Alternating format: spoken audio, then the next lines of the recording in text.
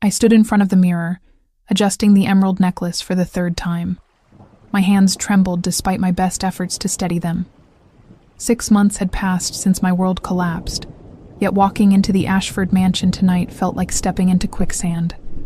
The fundraising gala was in full swing when my cab pulled up to the circular drive. Crystal chandeliers blazed through floor-to-ceiling windows, casting golden light across manicured lawns. My family's name etched in stone above the entrance mocked me. This used to be mine. All of it. Now I was the cautionary tale everyone whispered about over champagne.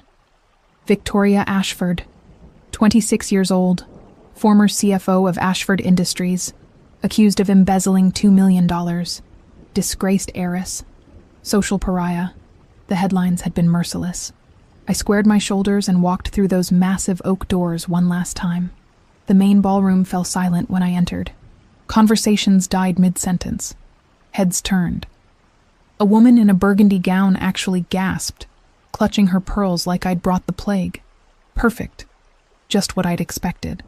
My father built this company from nothing, I reminded myself.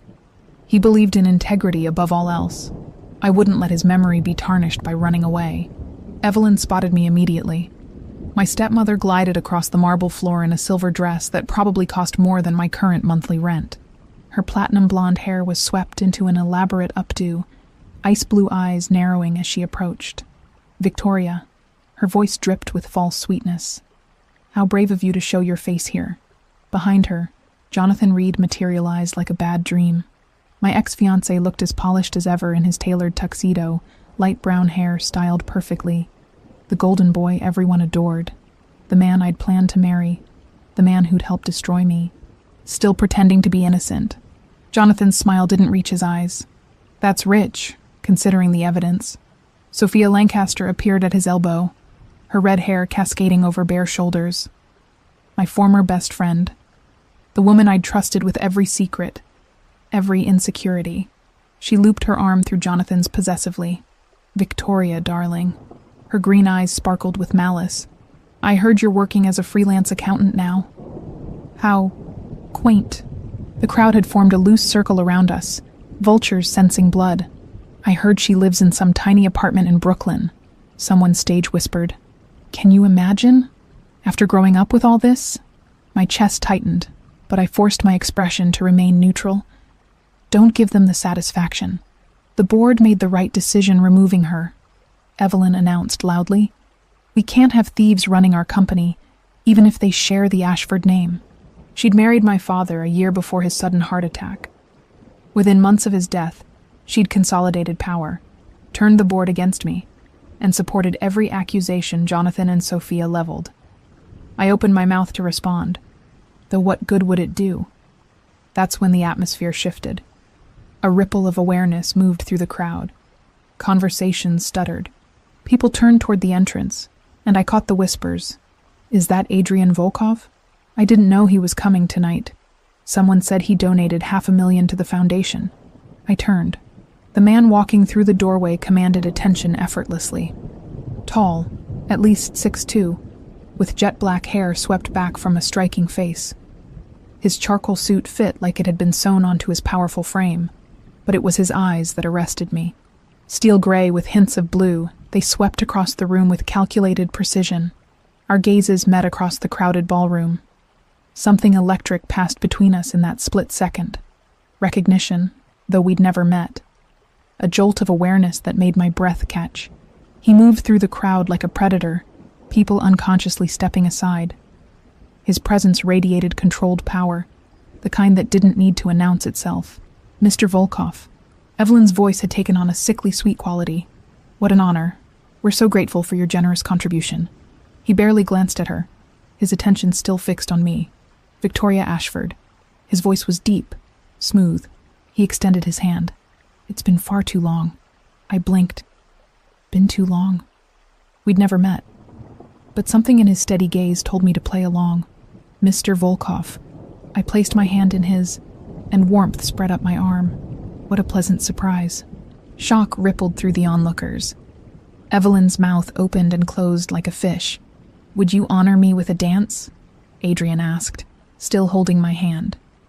Around us, the crowd buzzed with confusion and speculation. Jonathan's face had gone red.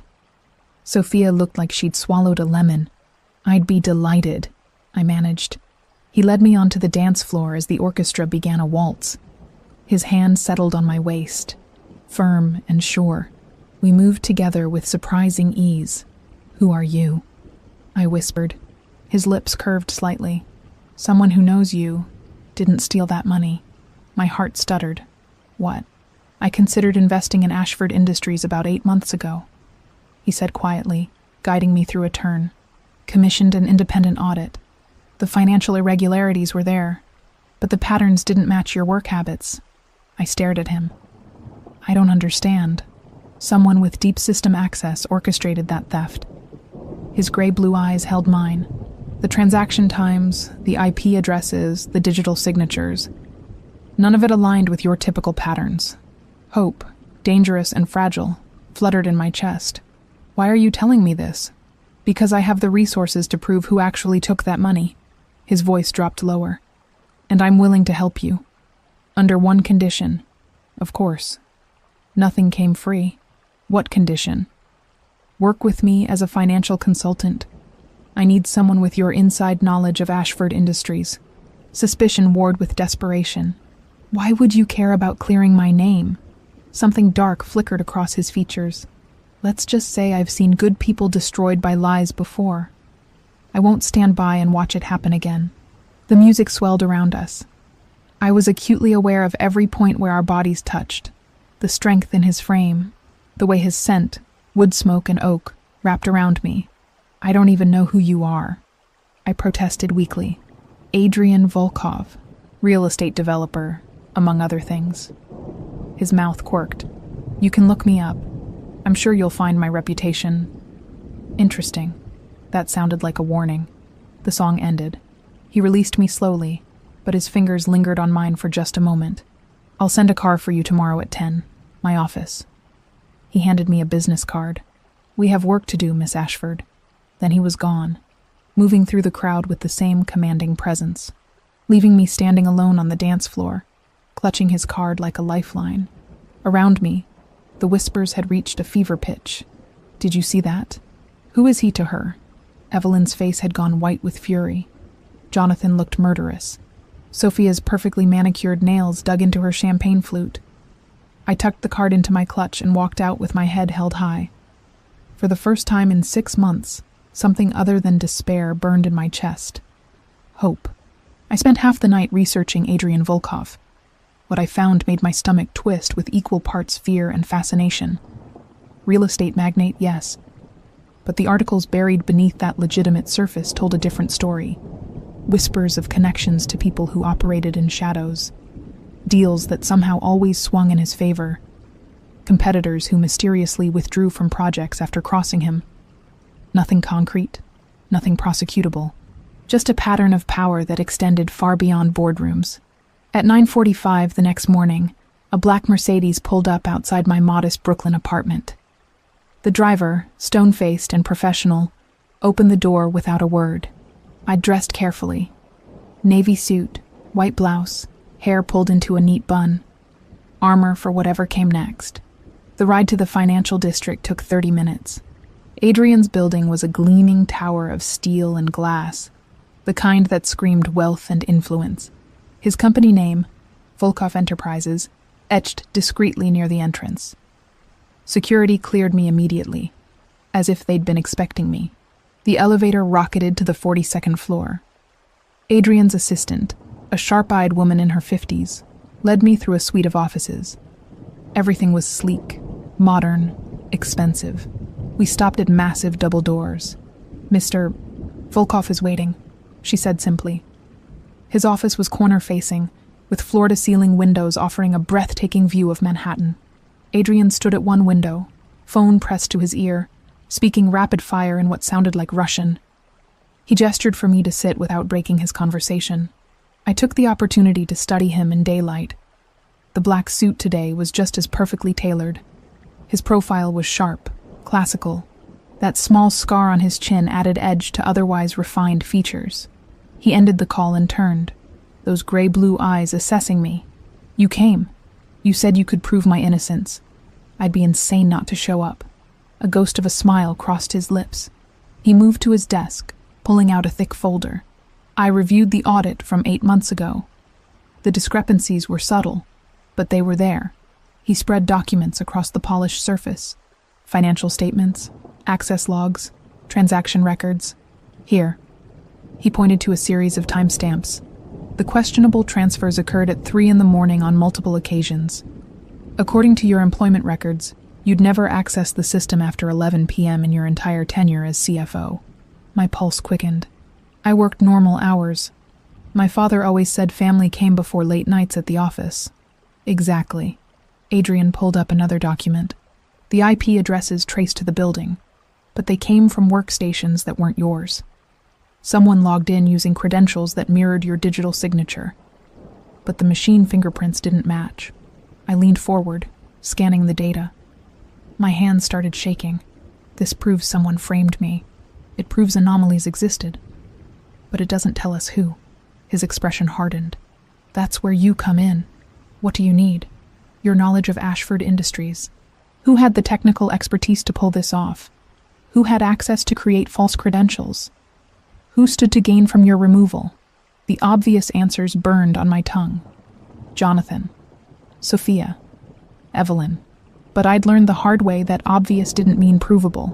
Why are you doing this? The question burst out before I could stop it. You don't know me. What do you get from helping me? Adrian's jaw tightened.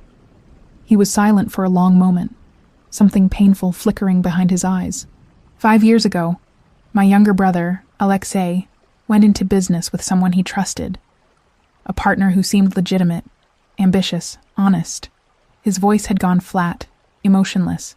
She embezzled everything, left him with nothing but debt and humiliation. He couldn't face the shame. The unspoken words hung heavy between us. I'm sorry, I whispered. I had the resources to help him. Connections, money, influence. But I was too focused on my own empire to notice until it was too late. His gaze locked onto mine. I won't make that mistake again. I see good people being destroyed by liars, and I have the power to stop it. So I do. The raw honesty in his admission stole my breath. This wasn't just about business or justice. This was personal for him. What do you want in return? I asked carefully. Work with me as a consultant. Your expertise in aerospace component manufacturing gives me leverage in deals I'm pursuing. 3 months. In exchange, I clear your name and help you reclaim what's yours. 3 months working for a man whose reputation walked the line between legitimate and dangerous. 3 months tied to someone who made my pulse race in ways that had nothing to do with fear. What happens if we find proof? I asked. That's your decision. We can go to the authorities, or we can handle it privately. His expression was unreadable. This is your justice, Victoria, not my revenge. Something about the way he said my name sent warmth curling through my chest.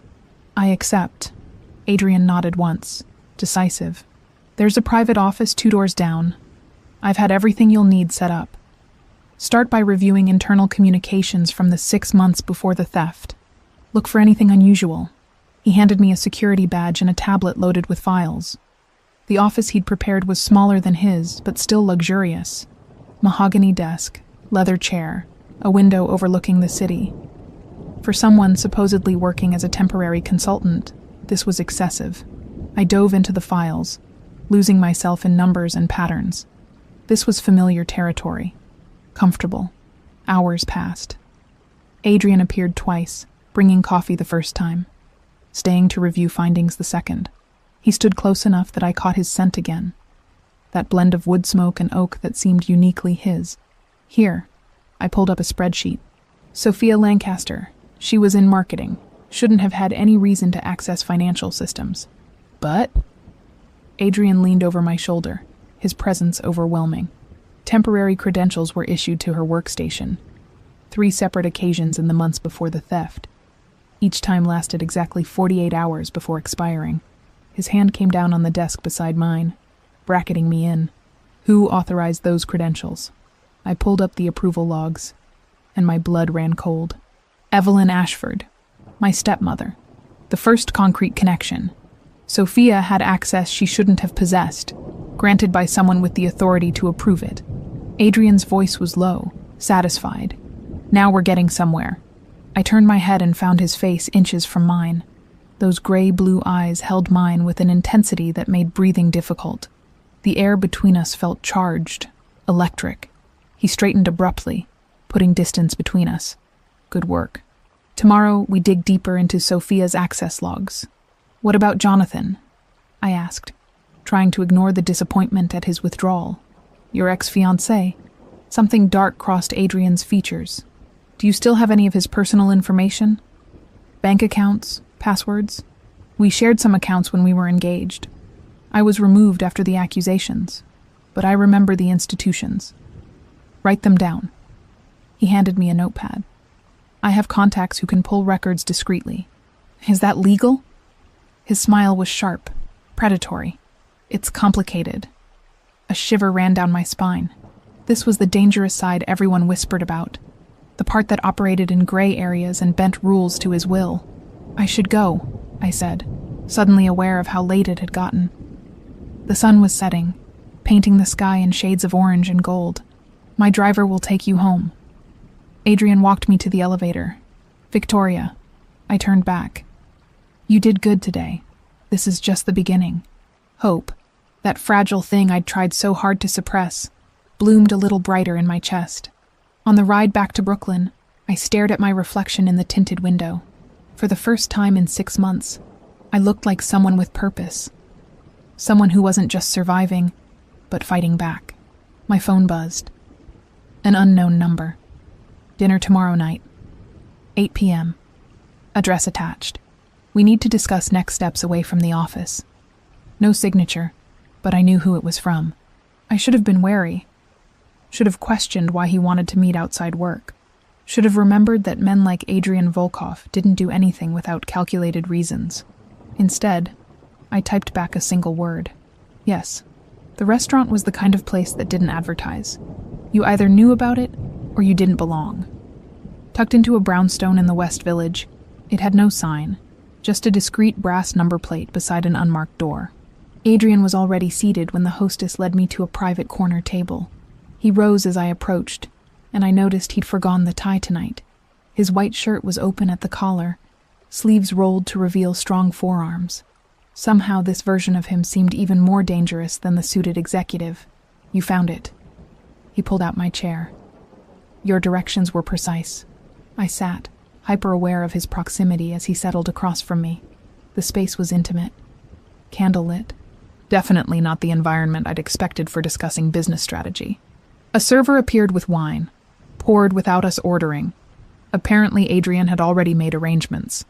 I spoke with my investigator today, he said once we were alone. The credentials Evelyn authorized for Sophia weren't just unusual. They granted access to financial systems that even most executives don't touch. My fingers tightened around the wine glass. She gave Sophia the keys to everything, which means they were working together from the start. But we still need to connect Jonathan. He proposed to me 2 years ago.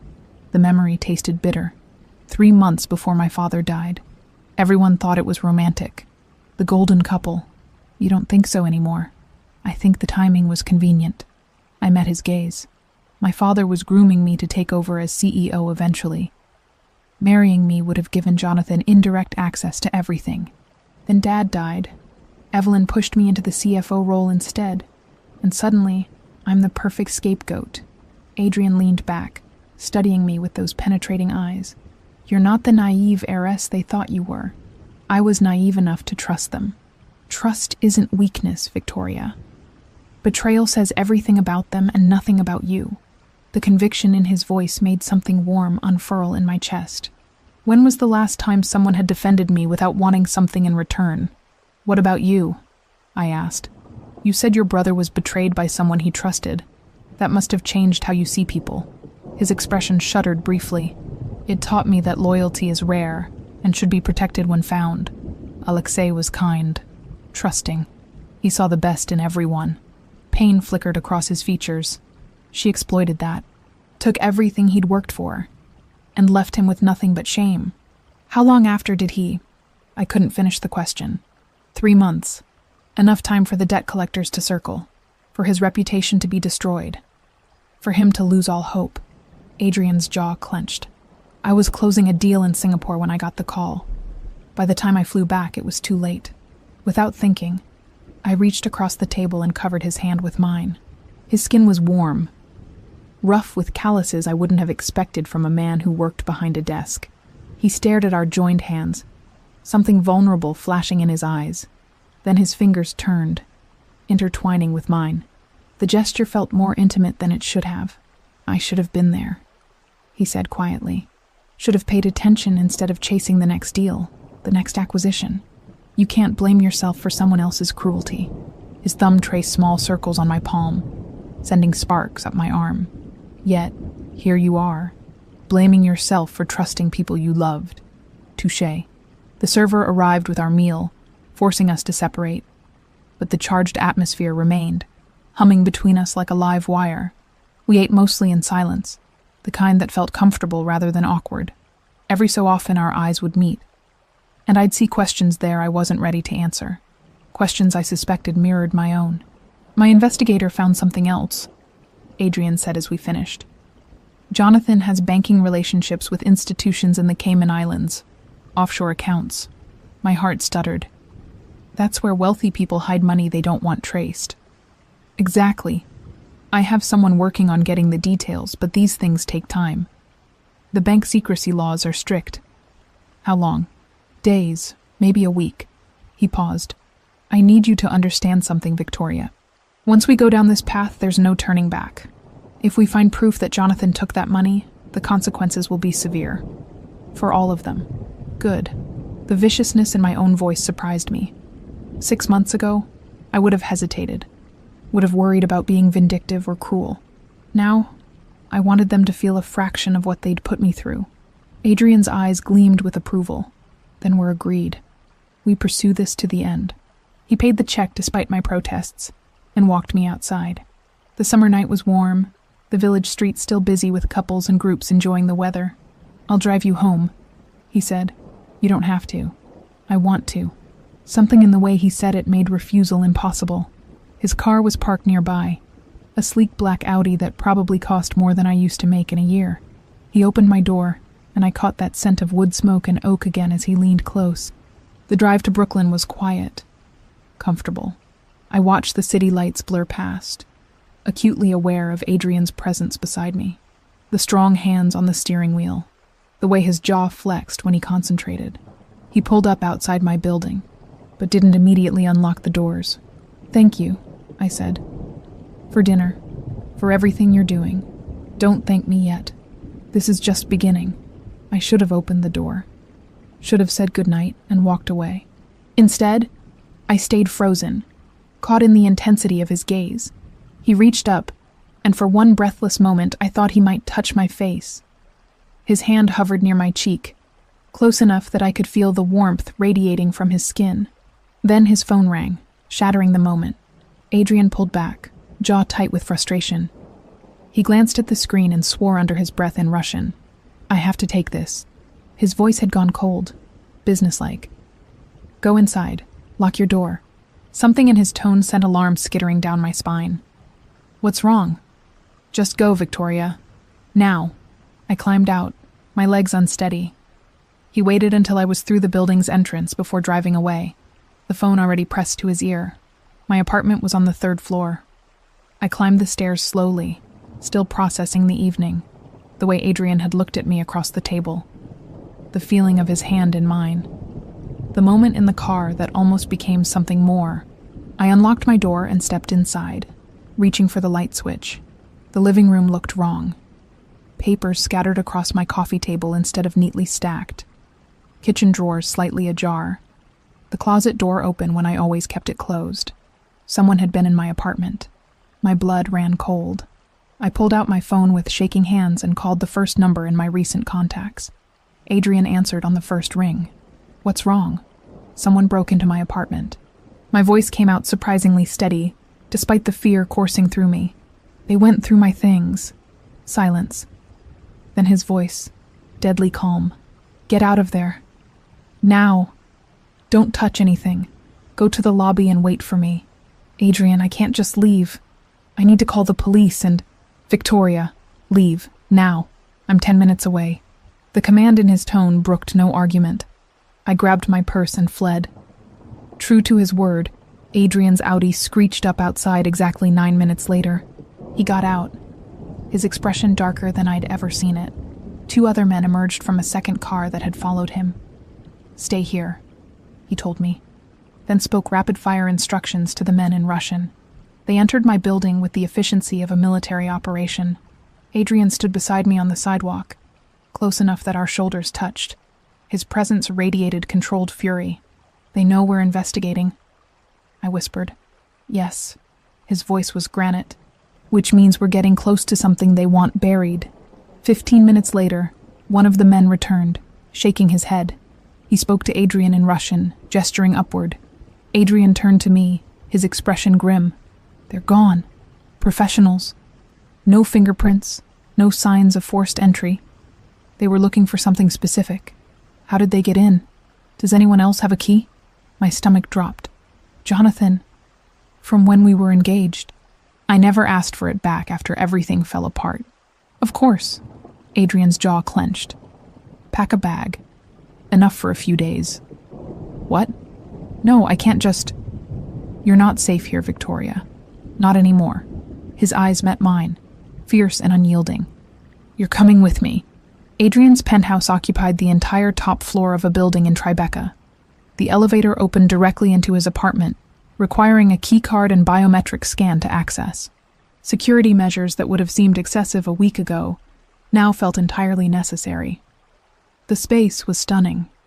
Floor-to-ceiling windows overlooking the Hudson River, modern furniture in blacks and grays, art that was probably worth more than most people's houses. Everything was immaculate, almost austere in its precision. "Guest room is down that hall, second door on the right." Adrian set my hastily packed bag down. "Private bathroom, everything you should need. If something's missing, tell me." I followed his directions, finding a bedroom that was larger than my entire Brooklyn apartment. The bed was enormous, dressed in charcoal linens that looked impossibly soft. The attached bathroom had heated floors and a shower with enough jets to qualify as a car wash. This was temporary, I reminded myself, just until we figured out who'd broken in and why. When I emerged, Adrian had shed his jacket and was pouring amber liquid into 2 crystal tumblers. He handed me one without asking if I wanted it. "Drink. You've had a shock." The whiskey burned going down, but warmth spread through my chest. I sank onto his leather couch, suddenly exhausted. Adrian sat beside me, close but not touching. "My security team will monitor your apartment. If anyone returns, we'll know." "You have a security team?" His mouth quirked slightly. "I have many teams, Victoria, for various purposes." "Right. Because he was Adrian Volkov, the man who operated in shadows and made problems disappear." "Thank you," I said quietly, "for coming so quickly. For this, you don't need to thank me for keeping you safe." His eyes held mine. "That's not negotiable." Something in his intensity made my breath catch. The air between us felt heavy, charged with everything unspoken. Adrian's phone buzzed, breaking the moment. He glanced at it and stood. "I need to make some calls. Get some rest. We'll strategize in the morning." He disappeared into what I assumed was his home office, leaving me alone in the expansive living room. I finished the whiskey and retreated to the guest room, though sleep felt impossible. I woke to sunlight streaming through unfamiliar windows and the smell of coffee. For a disorienting moment, I couldn't remember where I was. Then yesterday came rushing back. The break-in, Adrian's penthouse, everything. I found him in the kitchen, dressed in dark jeans and a black Henley that showed off his powerful build. Somehow he looked even more dangerous in casual clothes than in suits. "Coffee's fresh." He poured me a cup without asking how I took it, adding cream and 1 sugar. Exactly right. Had he noticed? Or just guessed? My investigator came through. Adrian pulled out his tablet, showing me a series of documents. Jonathan Reed is the listed beneficiary of an offshore account in the Cayman Islands. The account was opened 7 months ago. My hands trembled as I took the tablet. There it was, proof in black and white. $2 million, I whispered, staring at the balance. the exact amount that went missing, transferred in increments over 3 months, then moved to this account. Adrian's voice was hard. He stole from you, framed you, and stashed the money where he thought no one would find it. Rage, white-hot and consuming, flooded through me. Jonathan had looked me in the eye, told me he loved me, planned our future together, all while systematically destroying everything my father built. We have him. I looked up at Adrian. This is proof. It's proof he has the money. We still need to connect him to Sophia and Evelyn. Show this was coordinated, not just one person's crime. How? Adrian's smile was predatory. We dig deeper. My specialist recovered deleted emails from Ashford Industries servers, encrypted communications between all 3 of them. He pulled up the files. I read through them with growing horror and fury. Jonathan to Evelyn, 9 months ago. Victoria trusts me completely. Once we're married, access won't be an issue. Sophia to Evelyn. The credentials worked perfectly. No one's questioned why I needed them. Evelyn to both. Stay patient. After the transfer completes, we frame her and remove her from the company. I'll control the board. Jonathan manages operations. Sophia handles public relations. Everything is planned. My vision blurred with tears I refused to shed. Every moment had been calculated. Every smile, every touch, every declaration of love. All of it meticulously orchestrated to destroy me. They planned this for almost a year. My voice sounded hollow. Since before my father died. Adrian moved closer, his presence solid and grounding. Evelyn married your father specifically to gain access. She met him through Jonathan, who was already dating you. They used every connection, every relationship, as a weapon. My father, the grief I'd been holding back, crashed over me. They used his death as an opportunity. I'm sorry. Adrian's hand settled on my shoulder, warm and steady. I know this doesn't help, but you were chosen because you were good at your job, trusted, and had access. They needed someone competent to frame. That's why it worked. I want them destroyed. The viciousness in my tone surprised even me. Not just caught, not just punished. I want them to lose everything the way I did. Adrian's eyes gleamed with dark approval. Then that's what we'll do. Over the next few days, we fell into a routine. Mornings working through evidence at Adrian's private office. Afternoons planning our next moves. Evenings talking over dinner, sharing pieces of ourselves in the quiet moments between strategy sessions. I learned Adrian spoke 4 languages fluently, that he'd built his empire from almost nothing after immigrating from Russia at 19, that he took his coffee black and rarely slept more than 5 hours a night. He learned I'd wanted to be a violinist before business school, that I missed my father every single day, that I hated the color yellow and loved thunderstorms. The intimacy of it terrified me. We were growing closer in ways that had nothing to do with our investigation. One night, I found him standing at the windows long past midnight, staring out at the glittering city. Something about his posture screamed loneliness. Can't sleep? I asked softly. He turned, surprise flickering across his features. I thought you'd gone to bed hours ago. Bad dreams. I moved to stand beside him. Keeps happening lately. We stood in silence, watching the city that never truly slept. Our reflections merged in the dark glass, 2 people existing in the space between past grief and uncertain futures. When Alexei died, Adrian said quietly, I swore I'd never let someone I cared about face destruction alone again. That I'd use everything I'd built to protect people who deserved better. Is that what I am to you? A mission to atone for not saving your brother? He turned to face me fully, and the intensity in his eyes stole my breath. You started as that, yes. A chance to do what I couldn't do for Alexei. And now? Now you're something I didn't plan for. Didn't expect.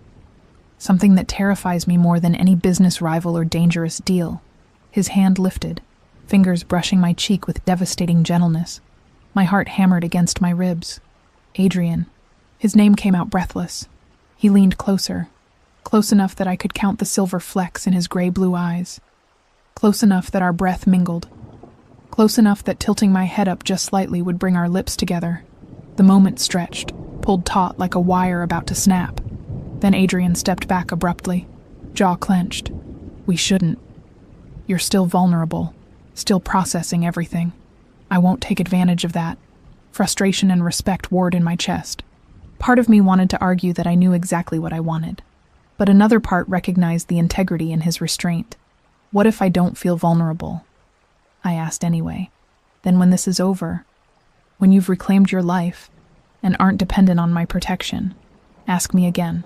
His voice was rough, but not now. Not like this. He was right. I knew he was right. That didn't stop the ache of wanting. I'm going to destroy them, I said instead, channeling frustrated energy into cold determination. Jonathan, Sophia, Evelyn, all of them. And I want them to see it coming. Adrian's smile was sharp and approving. Then let's make them paranoid. Let's plant seeds of doubt and watch them tear each other apart before we move in for the final strike. How? We make them think one of them is betraying the others. Turn their conspiracy into mutual destruction. He pulled out his phone, already formulating plans. My people can plant evidence of secret communications, unexplained transactions, meetings that never happened. Psychological warfare. The most effective kind. Adrian's eyes met mine. Trust me? Despite everything, despite how little time we'd actually known each other, I did. Yes. Adrian's plan unfolded with surgical precision. His team created a fake offshore account statement showing Jonathan had opened a second hidden account, one his partners knew nothing about. The document was leaked to Sophia through an anonymous email made to look like it came from a concerned bank employee. Simultaneously, they planted evidence of encrypted communications between Evelyn and her personal attorney, discussing strategies to pin everything on Jonathan and Sophia if authorities came asking questions. Within 48 hours, the paranoia began. Adrian had surveillance on all three of them. We watched from his office as Sophia called Jonathan repeatedly, her voice shrill with accusation when he finally answered. He denied everything, but his defensiveness only made him sound guilty. Evelyn met with her lawyer twice in 2 days, each meeting longer than the last. They're fracturing, Adrian observed, watching the security footage. Give it another week, and they'll destroy each other without us lifting a finger. But I wanted to push harder. Wanted them to feel the walls closing in the way I had. I want to confront Evelyn, I said. Casually. Make her think I've moved on, but drop hints that I know more than I should. Adrian frowned. That's risky. If she suspects you're investigating, she already knows someone is.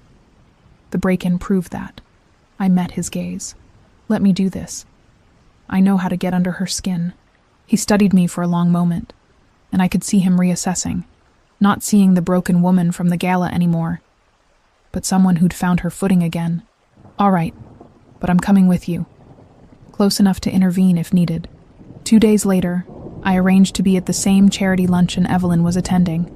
Adrian accompanied me, his presence drawing attention as it always did. Evelyn spotted me across the room, her expression flickering between surprise and calculation. She approached with her usual false warmth. Victoria, how unexpected to see you here. Her eyes flicked to Adrian. Still keeping interesting company, I see. Adrian's been instrumental in helping me rebuild, I said smoothly. Turns out there are people who believe in second chances. Something sharp flashed in her eyes. How generous of him. I've also been consulting on some financial audits. Fascinating what you can learn when you really dig into accounts. I kept my tone light, conversational. The patterns money leaves behind. The digital trails that never really disappear. Evelyn's smile tightened almost imperceptibly. I'm sure that's thrilling work. It is. Especially when you uncover things people thought were buried. I paused, letting the implication hang. Well, lovely seeing you. Adrian and I have another engagement. We left her standing there, and I could feel her gaze burning into my back. That was effective, Adrian murmured as we reached his car. You rattled her. Good. Let her lose sleep wondering what I know. His hand settled on the small of my back as he guided me into the vehicle, and I tried to ignore the heat that simple touch generated. That evening, Adrian's phone lit up with alerts. His surveillance team had intercepted a call between Evelyn and Jonathan. We listened to the recording together in his office. She knows something. Evelyn's voice was tight with stress. Victoria was at the luncheon, making veiled references to financial trails and buried information. "She's bluffing," Jonathan replied, but he sounded uncertain. "There's no way she could have found anything." "Then why is she working with Volkov?" "Everyone knows his reputation. He doesn't help people out of kindness. Maybe he just wants..." "Don't be naive. If they're digging, they might find the accounts. We need to move the money again." "That will create more trails. So we're sitting still and waiting for them to expose us." The call deteriorated into accusations and panic. Adrian stopped the recording. "They're breaking," I said, satisfaction warming my chest. "Actually falling apart, which means we need to move carefully. Cornered animals are dangerous." He leaned back in his chair, studying me. "You handled Evelyn perfectly. When did you become so strategic?" "When I lost everything and had to learn how to fight back." I met his gaze. "You helped me remember I'm not helpless." Something heated flared in his eyes. The air between us grew heavy, charged with the attraction we kept dancing around. "Victoria." His voice had dropped lower. "If we're going to work together effectively, we need to address this." "Address what?" "The fact that every time I'm near you, I want to forget about being professional and appropriate." My breath caught. "And if I want the same thing? Then we'd be making this infinitely more complicated." But he didn't move away. "After this is over, after you've reclaimed your life, if you still want..." "Stop telling me I'm too vulnerable to know what I want," I interrupted. "I'm not fragile. I'm angry and determined and very aware that whatever this is between us isn't going away." Adrian stood, moving around his desk with predatory grace. He stopped inches away, close enough that I had to tilt my head back to maintain eye contact. "When this is finished," he said softly, "when you're free of them and standing on your own again, I will show you exactly what I want, but not while you're living in my home, depending on my protection. I won't blur those lines." The restraint in his voice, the visible struggle, somehow made the moment more intimate than a kiss would have been. "You're incredibly frustrating," I whispered. "I know." His thumb traced my jaw, featherlight. "Remember that when this is over?" My phone buzzed, shattering the tension. A text from an unknown number. "Stop digging, or everyone you care about pays the price." Adrian saw my expression change and took the phone. His face went cold and dangerous. "They're threatening you directly now." He made a call immediately. "I need a trace on this number. Send it to my phone." "Yes, now." He hung up and looked at me. "This changes things. We need to move faster. Hit them before they escalate." "How?" "We need the final piece of evidence. Direct proof connecting all three of them to the theft and the conspiracy." He pulled up building schematics on his computer. "Evelyn's home office. My sources say she keeps physical records of everything. Insurance in case her partners turn on her." "You want to break into her house?" "I want to retrieve evidence of crimes she committed." "There's a difference." His expression was deadly serious. "But it's risky. I need someone who knows the house layout, the security systems, the routines." Realization dawned. "You need me. I need you to tell me if it's possible. I won't ask you to participate in anything that makes you uncomfortable." I thought about my father, about everything Evelyn had stolen, about 6 months of humiliation and loss. "When do we go?" Adrian's smile was sharp and approving. "Tomorrow night. She's hosting a gallery event downtown. The house will be empty except for standard security." The next evening, we parked 3 blocks from the Ashford mansion. Adrian had 2 members of his team with us, silent professionals who moved like ghosts. I'd been inside the house countless times, knew every entrance and camera placement. We entered through the garden access, a blind spot in the security coverage that my father had never bothered to fix. Inside, everything was exactly as I remembered. The marble floors, the sweeping staircase, the artwork that had been in my family for generations. Evelyn's office was on the 2nd floor, rear corner of the house. Adrian picked the lock in seconds, and we slipped inside. The room was obsessively organized.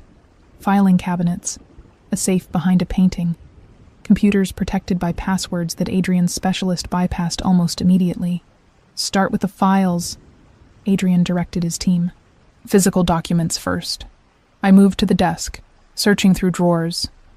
My hands found a leather portfolio tucked in the bottom drawer, locked. Adrian. He was beside me instantly, examining the lock. Within seconds, it clicked open. Inside were copies of everything. The fake evidence against me. Communications between the 3 conspirators. Even a handwritten timeline of their plan, dated from 2 years ago. She kept insurance, I breathed, in case they turned on her. Which they're doing. Adrian photographed every page methodically. This is it, Victoria. This is everything we need. A sound from downstairs froze us all. The security team leader held up 2 fingers, then pointed down. 2 people had entered the house. Adrian's expression went lethal. He pulled me behind him instinctively, positioning himself between me and the door. Voices drifted up the staircase. Jonathan and Sophia, arguing in harsh whispers. We need to destroy everything, Sophia was saying. If Evelyn kept records, she did. She told me once, back when we were still pretending to trust each other. Then we find them, and burn them, tonight. Footsteps on the stairs, heading toward the office. Adrian made rapid hand gestures to his team. They melted into the shadows on either side of the door. He pulled me behind a heavy bookshelf, his body shielding mine. The door opened. Jonathan entered first, flipping on lights. Sophia followed, already moving toward the filing cabinets. Start with the safe, Jonathan directed. She's paranoid enough to keep the really damaging stuff there. One of Adrian's men stepped out silently behind them. Before either could react, he disabled Jonathan with a brutal efficiency that left him gasping on the floor. The second team member had Sophia restrained before she could scream. Adrian emerged from our hiding spot, pulling me with him. His expression was cold enough to freeze blood. Looking for something? He asked pleasantly. Jonathan's face went white when he saw us, then red with rage. You have no right to be here, says the man breaking into his partner's home to destroy evidence. Adrian's smile was razor sharp. We have everything, Reed. Every communication, every transaction, every piece of your conspiracy documented and recorded. Sophia struggled against the man holding her. You can't prove anything. I stepped forward, meeting her eyes. Yes, we can. We have the offshore accounts, the deleted emails, Evelyn's insurance files documenting every step of your plan. I pulled out my phone, showing her the photographs Adrian had taken. It's over. The fight drained out of both of them as they realized the truth. Adrian called the authorities. Within minutes, sirens wailed in the distance, growing closer. He pulled me aside while his team secured Jonathan and Sophia. Are you all right? My hands were shaking with adrenaline, but I felt more alive than I had in months. I'm perfect. His eyes searched mine, seeing the truth. I wasn't the broken woman from the gala anymore. I was someone who'd fought back and won. Yes, he said softly. You are. The police took Jonathan and Sophia into custody that night, charging them with breaking and entering initially. Adrian's lawyers were already preparing the larger case, organizing the mountain of evidence we'd collected. Evelyn was arrested the following morning as she returned from her gallery event. The look on her face when federal agents appeared at the mansion was captured by news cameras. I watched the footage 3 times, feeling nothing but cold satisfaction. The media frenzy was immediate and overwhelming. Headlines screamed about the conspiracy, the betrayal, the fallen golden boy and his accomplices. My phone exploded with calls from reporters, former friends, people who'd shunned me 6 months ago, suddenly eager to offer support. I ignored all of them. The FBI wanted extensive interviews. Adrian's attorneys coordinated everything, ensuring I had representation and protection throughout the process. I spent hours detailing the timeline, the evidence, everything we'd uncovered. Through it all, Adrian was a constant presence, not hovering, not controlling, but solidly there whenever I needed him. A week after the arrests, Sophia's lawyer reached out requesting a meeting.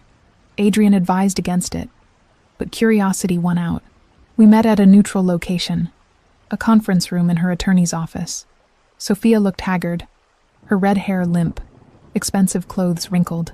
The polished veneer had cracked completely. I want to make a deal, she said without preamble. I'll testify against Jonathan and Evelyn for a reduced sentence. Why would I care what deal you make? I kept my voice level, detached. Because I can give you everything. The complete timeline, who planned what, How they manipulated you. Her eyes were desperate. Please, Victoria. This was never my idea. They brought me in after it was already planned. You still chose to participate. You helped them destroy my life. I know, and I'm sorry. Tears streamed down her face. Jonathan said you'd be fine, that you'd land on your feet. He said your father left you enough money that you didn't need the company. The casual cruelty of it staggered me. They'd convinced themselves their betrayal was acceptable because I'd survive it. My father built that company from nothing. It was his legacy, his life's work. You helped them steal it and convinced yourself I deserved it. I was weak. Sophia's voice broke. I was jealous of you, of everything you had. When Jonathan said you'd never notice some missing money, that we could all benefit, I wanted to believe him. I'm so sorry. Adrian's hand settled on my shoulder, grounding me. I looked at Sophia, this woman who'd been my closest friend for years, and felt nothing but emptiness. Testify or don't. That's between you and the prosecutors. But we're not friends. We'll never be friends again. I stood and walked out, Adrian following. In the elevator, the adrenaline finally crashed and my hands started shaking. You handled that well, Adrian said quietly. I wanted to scream at her.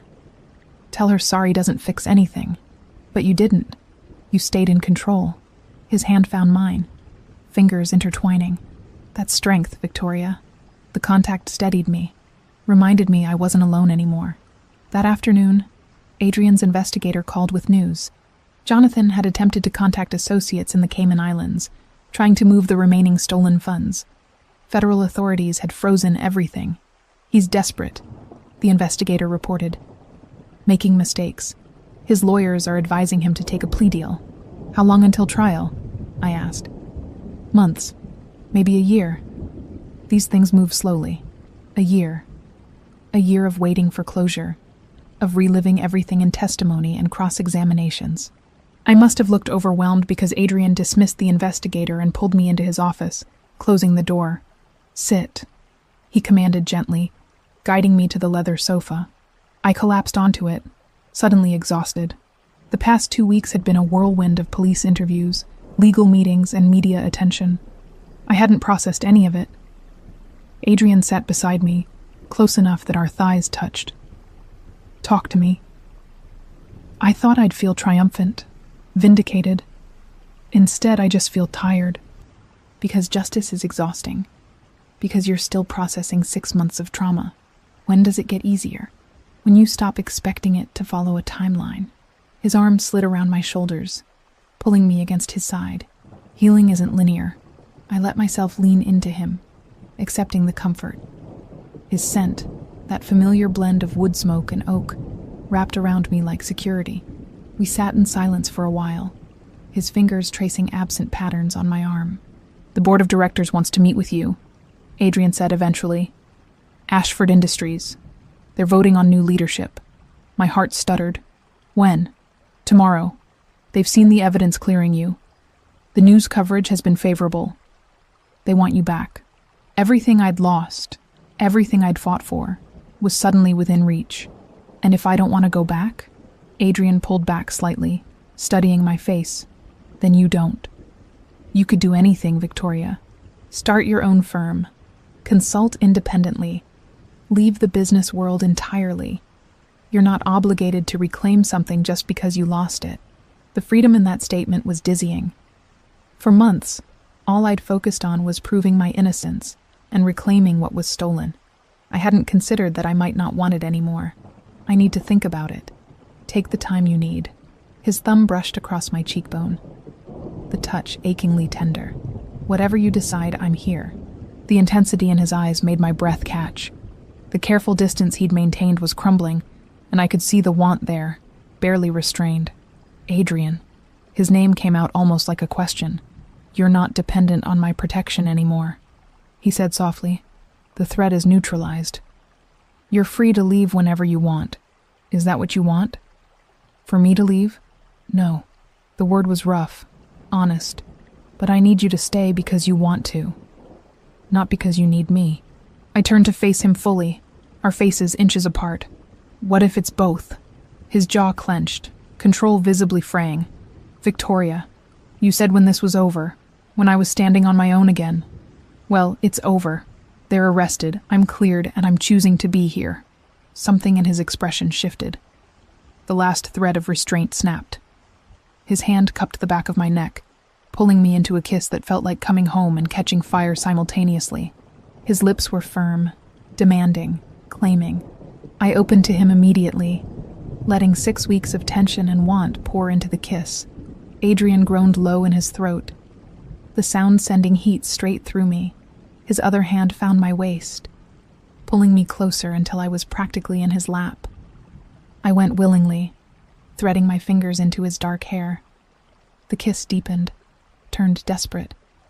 His teeth caught my bottom lip and I gasped, which he took full advantage of. When we finally broke apart, both breathing hard, his eyes had gone dark with desire. "Tell me this is what you want," he demanded. Not gratitude, not reaction to stress. "Tell me you want this. I want you." The certainty in my voice left no room for doubt. Not my protector, not my ally. You, Adrian. I want you. He kissed me again, slower this time, but no less intense. His hands mapped my body with reverent thoroughness, learning every curve and response. When his lips trailed down my throat, I arched into him with a moan I couldn't suppress. "Say it again," he murmured against my skin. "I want you." Adrian stood in one fluid motion, lifting me with him. My legs wrapped around his waist instinctively as he carried me down the hallway. Not to the guest room, I realized, but to his bedroom. The space was as austere as the rest of his home, dominated by an enormous bed with dark sheets. He set me down gently, his hands framing my face. "Last chance to change your mind," he said, though his voice was strained. I answered by pulling him down to me. What happened next was a blur of desperate touches and whispered confessions. Adrian worshipped every inch of me with hands and mouth, taking his time despite the urgency thrumming between us. When we finally came together, it felt less like passion and more like inevitability. Afterward, wrapped in his arms with my head on his chest, I felt something shift fundamentally in my world. This wasn't just physical. This was profound, dangerous, irreversible. "I meant what I said earlier," Adrian murmured, his fingers tracing patterns on my bare shoulder. "About being here. You don't have to decide about Ashford Industries immediately. Take whatever time you need. And where will I be while I'm deciding? Here, if you want." He pressed a kiss to my temple. "Or your own place. Whatever makes you comfortable. But I'd prefer you here." "Why?" "Because I've gotten used to having you in my space, in my life." His arm tightened around me. "Because somewhere between investigating your case and now, you became more important than anything else." The vulnerability in his admission made my chest ache. "I've never felt safer than I do with you." "Good. That's how it should be." My phone buzzed from somewhere on the floor where our clothes had ended up. I ignored it. It buzzed again. And again. Adrian sighed and reached down, fishing it from my jacket pocket. His expression went dark as he read the screen. "What is it?" "Text from an unknown number." He showed me the screen. "Congratulations on your vindication. But understand this. Volkov isn't your savior. He's dangerous. And eventually, he'll hurt you like he's hurt everyone who gets close to him." My blood ran cold. Who would send this? Someone trying to drive a wedge between us. Adrian's voice was hard. Someone who knows enough about me to weaponize my reputation. "Is there truth to it?" I asked quietly. "Have you hurt people?" He met my eyes steadily. "I've made enemies. Done things I'm not proud of to protect what's mine. But I would never hurt you, Victoria. That's a line I won't cross." I believed him. Maybe I shouldn't have, but I did. "Then, whoever sent this can go to hell." Adrian's smile was fierce and approving. He pulled me closer, and I let myself sink into the warmth and safety of his embrace, choosing to ignore the small voice, warning that nothing this perfect ever lasted. The anonymous messages continued sporadically over the next few days, each one designed to make me doubt Adrian, doubt our relationship, doubt everything we'd built together. We ignored them, focusing instead on the legal proceedings and the board meeting at Ashford Industries. When the day arrived, I dressed in the armor I knew best.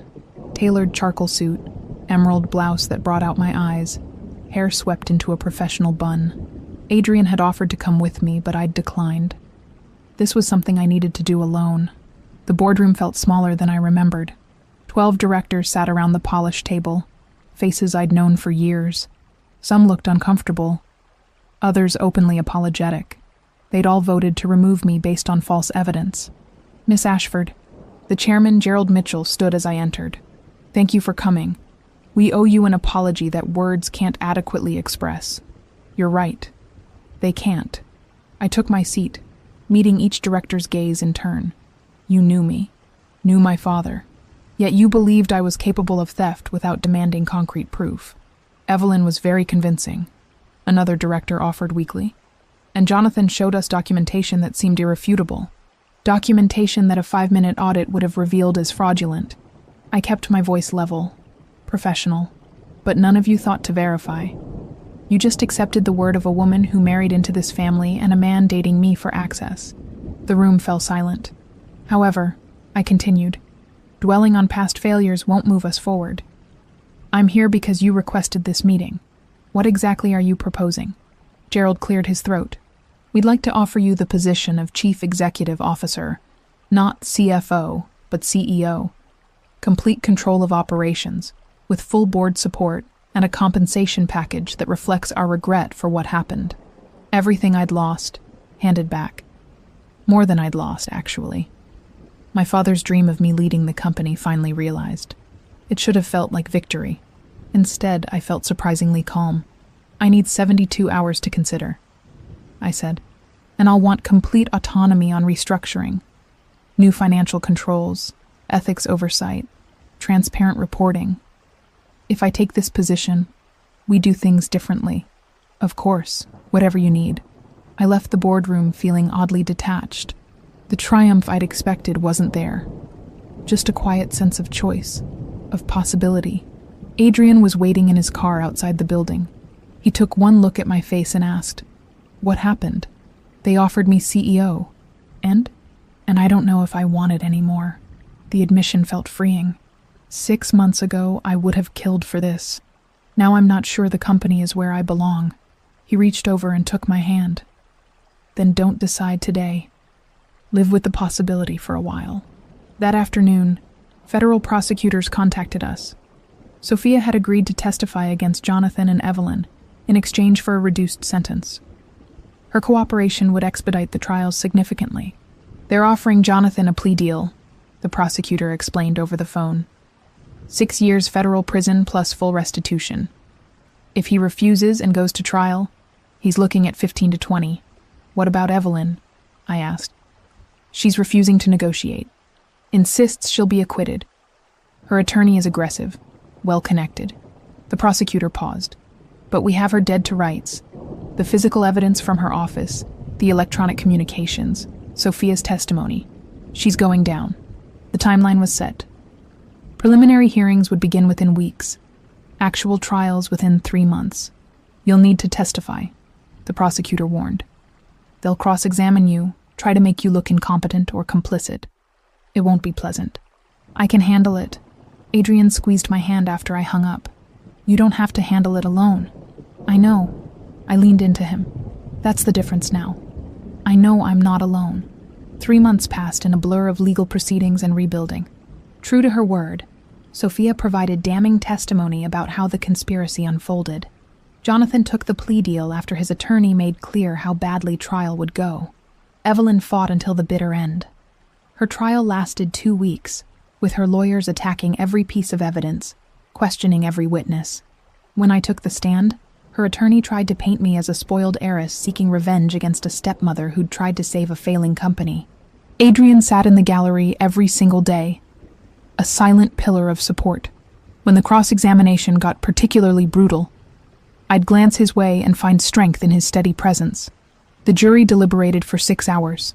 When they returned with guilty verdicts on all counts, Evelyn's composure finally cracked. She screamed accusations at me across the courtroom. Security had to physically restrain her. The judge sentenced her to 8 years federal prison, with full restitution ordered. Jonathan got his 6 years. Sophia received 2 years plus community service for her cooperation. Standing outside the courthouse afterward, reporters swarmed with questions. I gave a brief statement about justice being served and faith in the legal system. Then Adrian's security team extracted us efficiently. In the car, I finally let myself feel it. Relief, vindication, closure. Tears streamed down my face, not from sadness, but from the sheer weight of everything finally being over. Adrian pulled me into his arms, letting me cry against his shoulder without trying to fix it or hurry it along. When I finally calmed, he kissed my forehead gently. "Proud of you," he murmured. "So damn proud. Thank you. For everything." I looked up at him. "I wouldn't have survived this without you." "Yes, you would have. Maybe not as quickly, but you're stronger than you know. Still, thank you." The board of Ashford Industries contacted me the next day. They'd waited respectfully through the trial, but now wanted my decision. I thought about my father, about the legacy he'd built, thought about the company he'd poured his life into. Then I thought about who I'd become in the past months, the strength I'd discovered, the future I wanted. "I'll accept the CEO position," I told Gerald Mitchell, "on the conditions I outlined, and with the understanding that I'm doing this my way." "Agreed. When can you start?" 2 weeks. "I need time to prepare." My first day back at Ashford Industries felt surreal.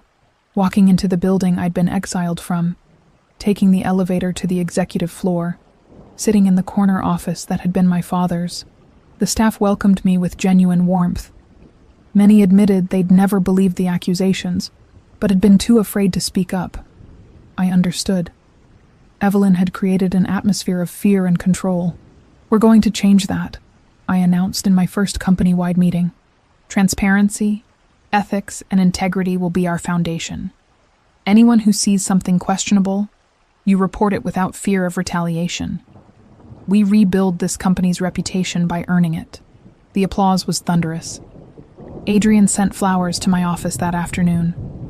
No card, just 24 white roses. I knew they were from him anyway. We fell into a new rhythm. I'd spend days at Ashford Industries, implementing changes and rebuilding. Evenings were spent at Adrian's penthouse, which had become home in a way my old apartment never felt again. One night, about a month after I'd taken over as CEO, I found Adrian in his office looking troubled. Papers were spread across his desk, his expression dark. "What's wrong?" He looked up, clearly debating whether to tell me. "The federal prosecutor who handled your case called. There's an investigation into my business practices. Someone filed complaints about methods used during your investigation." My stomach dropped. "What kind of complaints?" "Allegations of illegal surveillance, bribery of officials, extortion." His jaw clenched. "Nothing provable, but enough to trigger scrutiny. Because you helped me. Because I made enemies who are using this as leverage." He stood, moving to stare out the window. I knew this might happen. Knew there could be consequences. "Then we fight it." I moved to stand beside him. "You stood by me through everything. Now I stand by you. Victoria, this could get ugly. Drag you back into scrutiny you've just escaped. I don't care." I took his hand, forcing him to look at me. "You taught me to fight back. Let me return the favor." Something vulnerable flickered in his eyes. "I've never had someone willing to fight for me before." "Well, you do now. We're in this together." He pulled me into his arms, holding tight. "Together," he agreed. I contacted the best legal team Ashford Industries had on retainer, putting them at Adrian's disposal. Used my newly restored reputation and connections to request meetings with prosecutors, presenting documentation of every method Adrian had used during the investigation. Everything had been legal, if aggressive. Private investigators with proper licenses, information from public records or willing witnesses. Nothing crossed the line into criminality. It took 6 weeks, countless meetings, and strategic pressure from influential allies. But eventually the investigation was closed. "Insufficient evidence to proceed," the official notice stated. Adrian received the news while we were having dinner at his penthouse. He read the email twice, as if he couldn't quite believe it. "It's over," I said softly. "You're clear." He looked at me with an intensity that stole my breath. "You did this. Used everything you'd rebuilt to protect me." "Of course I did. You're worth protecting. He was out of his chair and pulling me into his arms before I could blink. The kiss was fierce, grateful, possessive. When we broke apart, he rested his forehead against mine. "I love you," he said quietly. Probably have for weeks now, but was too cautious to admit it. My heart stuttered. "You love me?" Completely. Terrifyingly. More than I thought I was capable of loving anyone. His hands cupped my face. "You don't have to say it back. I just needed you to know. I love you too." The words came easily, naturally. "I think I started falling for you that first night, when you asked me to dance and offered me hope." His smile was brilliant, transforming his usually serious face. "That simple? That simple." He kissed me again, slower this time, savoring. When he pulled back, his expression was serious again. "Move in with me, officially. Not as a guest or someone under protection, but as my partner." "I'm basically already living here. Then make it official. Bring your things, take over half the closet, argue with me about decorating choices." I laughed, the sound light and free. "Yes. Absolutely yes." Moving in officially meant merging our lives in ways both mundane and profound. Adrian cleared out half his closet with military precision, reorganized his kitchen to accommodate my cooking habits, and tolerated my insistence on adding color to his monochrome aesthetic. "This throw pillow is unnecessary," he complained, eyeing the deep blue cushion I'd placed on the sofa. "This entire apartment was unnecessary levels of gray," I countered. "Now it has personality." He pulled me into his arms, kissing my neck. "I have personality. Terrifying and brooding isn't a design choice." His laugh rumbled against my back, and I felt that now familiar warmth spread through my chest. This was home. Not the penthouse. Not the expensive furniture. But this feeling of belonging with someone who saw all of me and chose to stay anyway. Work at Ashford Industries was demanding but rewarding. I'd implemented new financial controls, hired an independent ethics officer, and established transparent reporting practices. The company's reputation was slowly recovering. New contracts were being secured. 3 months after taking over as CEO, we landed a major government contract for aerospace components. The deal was worth $40 million over 5 years, validation that Ashford Industries was back on solid ground. I celebrated by taking Adrian to the small Italian restaurant where we'd had our first real conversation. The night everything had started shifting between us. "Full circle," he observed, raising his wine glass. "From investigating conspiracy to running the company they tried to steal. Couldn't have done it without you." I clinked my glass against his. "You gave me the tools to fight back. You had the strength all along. I just helped you remember it." The sincerity in his voice made my throat tight. We'd both been broken in different ways when we met. Now we were building something stronger together. My phone buzzed with an email notification. I glanced at it, then froze. "What is it?" Adrian asked, immediately alert. "Anonymous email. No return address." I opened it with shaking hands, reading the brief message. "Thank you for exposing the truth. I was an analyst at Ashford Industries during the theft. I suspected something was wrong but was too afraid to speak up. Evelyn had created an environment where questioning anything meant losing your job. What you did took courage. You saved more than just yourself. You gave us our integrity back." Tears pricked my eyes. I'd been so focused on my own vindication that I hadn't fully considered how many others had been affected by Evelyn's corruption. "Everything okay?" Adrian reached across the table, taking my hand. "Yeah, just a reminder that this was bigger than just my reputation." I showed him the email. "People were scared. I helped change that. You did more than help. You transformed the entire culture." His thumb traced circles on my palm. "Your father would be proud." The mention of my dad sent an ache through my chest, but it was gentler now, less raw. Time and justice had dulled the sharpest edges of grief. "I think he would be," I agreed softly. That weekend we attended a charity gala together. Not the Ashford fundraiser where we'd first met, but a different event supporting foster children. Adrian had been a major donor for years, something I'd only recently learned. "You never mentioned supporting this cause," I said as we entered the ballroom. "I don't advertise my charitable work. It's not about recognition." He guided me through the crowd with a hand on my lower back. My mother was in foster care before immigrating to America. She always said someone's kindness gave her a second chance. I like to pay that forward. Another layer of complexity to this man I loved. He could be ruthless in business, terrifying when protecting what was his, yet quietly supported causes close to his heart. We ran into several people from my former social circle, the ones who'd shunned me after the accusations.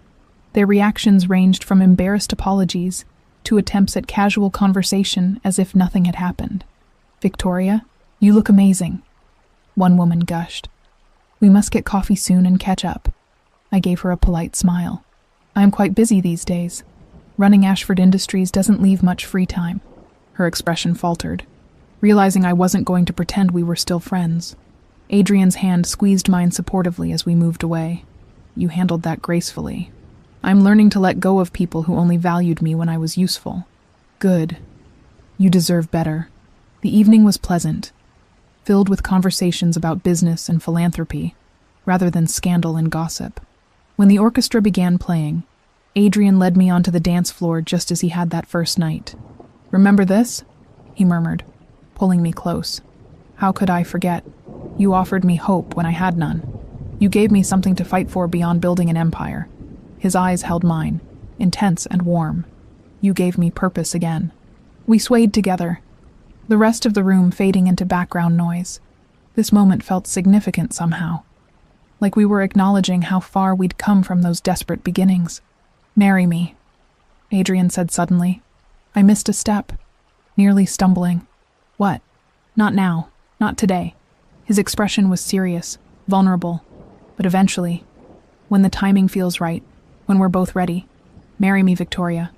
Build a life with me that's about more than surviving or fighting. Build something real." My heart hammered against my ribs. That's a hell of a non-proposal. "It's a promise that I'm in this completely, for however long you'll have me." His hand cupped my face gently. "No pressure, no timeline. Just the certainty that I want a future with you in it." "Yes," I whispered. "Eventually, when we're ready, yes." His smile was brilliant, transforming his usually serious features. He kissed me there on the dance floor, not caring who was watching or what anyone thought. We were no longer defined by what had been done to us or who had tried to destroy us. We were defined by how we'd fought back, how we'd chosen each other, how we'd built something stronger from the ruins. 6 months had passed since that first gala, since Adrian Volkov walked into my life and changed everything. 6 months since I'd been the disgraced heiress everyone mocked and dismissed. Now I was the CEO of a thriving company, in love with a man who saw my strength even when I couldn't, building a future I'd thought was impossible. The epilogue of our story came 3 months later. Ashford Industries had grown by 23%, our commitment to transparency and ethics attracting new investors and contracts. The board was stable, the company culture transformed. Adrian had consolidated his business interests, distancing himself from the more questionable aspects of his empire. My influence, he claimed, though I suspected he'd been looking for a reason to legitimize everything anyway. We'd found a rhythm that worked. Challenging days at our respective companies, quiet evenings at home, weekends spent exploring the city or traveling, learning each other's habits and quirks, building intimacy through thousands of small moments. On a Sunday morning, I woke to find Adrian already up, standing on the penthouse terrace with coffee. I joined him, wrapping a blanket around my shoulders against the autumn chill. "Couldn't sleep?" I asked, sliding under his arm. "Just thinking." He kissed the top of my head, about how different life looks now compared to a year ago. Better or worse? Infinitely better. He turned me to face him, his expression tender. A year ago, I was successful but empty, going through motions, building an empire without understanding why. Then you walked into that gala, and everything changed. I was broken a year ago, humiliated, lost, convinced I'd never recover. And now I know that losing everything was necessary. It showed me who I really am when stripped of reputation and privilege. I met his eyes. It brought me to you. We saved each other. Adrian said simply. You gave me purpose beyond acquisition and revenge. I helped you find your strength again. A letter had arrived yesterday, forwarded through my assistant. From Sophia. writing from the minimum security facility where she was serving her sentence. It had been brief, painful in its honesty. She detailed her jealousy, her weakness, her regret, not asking for forgiveness, just acknowledging the truth. At the end, she'd written, "You became the person I always pretended to be. Strong, principled, unbreakable. I'm sorry I couldn't see that until I'd destroyed everything." I'd shown Adrian the letter, uncertain how to feel. "She's facing consequences," he'd said, "learning hard lessons. Whether you forgive her eventually is your choice. There's no wrong answer." I decided to write back, not offering forgiveness but acknowledging her honesty. Some wounds healed, others left scars. That was acceptable. "What are you thinking about?" Adrian asked now, studying my face. "How trauma changes us. Sometimes it breaks us, but sometimes it forges us into something stronger." Philosopher Victoria. I like it. His arms tightened around me. "What else are you thinking?" "That I'm happy. Actually, genuinely happy for the first time in over a year." "Good. That's how it should be." We stood there watching the sun climb higher over Manhattan, the city awakening below us. Somewhere out there, Evelyn and Jonathan were serving their sentences. Sophia was finding her own path to redemption. The people who'd tried to destroy me were facing consequences while I'd rebuilt everything.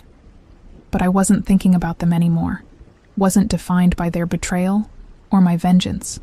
I was defined by what I'd chosen to build afterward. The company I was transforming, the life I was creating, the love I'd found in the most unexpected place. "Ready for breakfast?" Adrian asked eventually. "I was thinking of attempting those pancakes you like." "You're going to burn them like last time." "Probably, but I'll try anyway." I laughed, letting him pull me back inside. This was what happiness looked like, I realized. Not dramatic gestures or grand declarations, but simple Sunday mornings making mediocre pancakes with someone who loved you despite and because of everything you'd survived. "Adrian?" I said as he pulled ingredients from the cabinet. "Yeah? Thank you for seeing me that night at the gala, for believing in me when I couldn't believe in myself." He crossed to me, flour already somehow dusted on his shirt, and kissed me with a gentleness that contrasted his usual intensity. "I didn't save you, Victoria. You saved yourself. I just made sure you weren't alone while doing it." His forehead rested against mine. "That's what love is. Not rescue, but partnership. Standing beside someone while they find their own strength. Then thank you for standing beside me. Always," he promised. "For however long you'll have me." "Forever sounds good," I whispered. His smile was answer enough. We made terrible pancakes that morning, laughed at the mess we created, and spent the afternoon planning a trip to the coast. Normal, mundane, perfect. 6 months ago, I'd walked into a gala expecting humiliation and found hope instead. Found a man who saw past the scandal to the person underneath. Found the strength to fight back and reclaim everything that mattered. Everyone had mocked the disgraced heiress, never imagining she'd rise stronger than before. Never imagining the Mafia boss they feared would reveal not just who framed her, but who she truly was beneath the accusations. Someone unbreakable, someone worth fighting for. Someone who'd learned that true strength wasn't never falling, but rising every single time life knocked you down. And I'd keep rising, with Adrian beside me, building a future neither of us had imagined, but both of us deserved.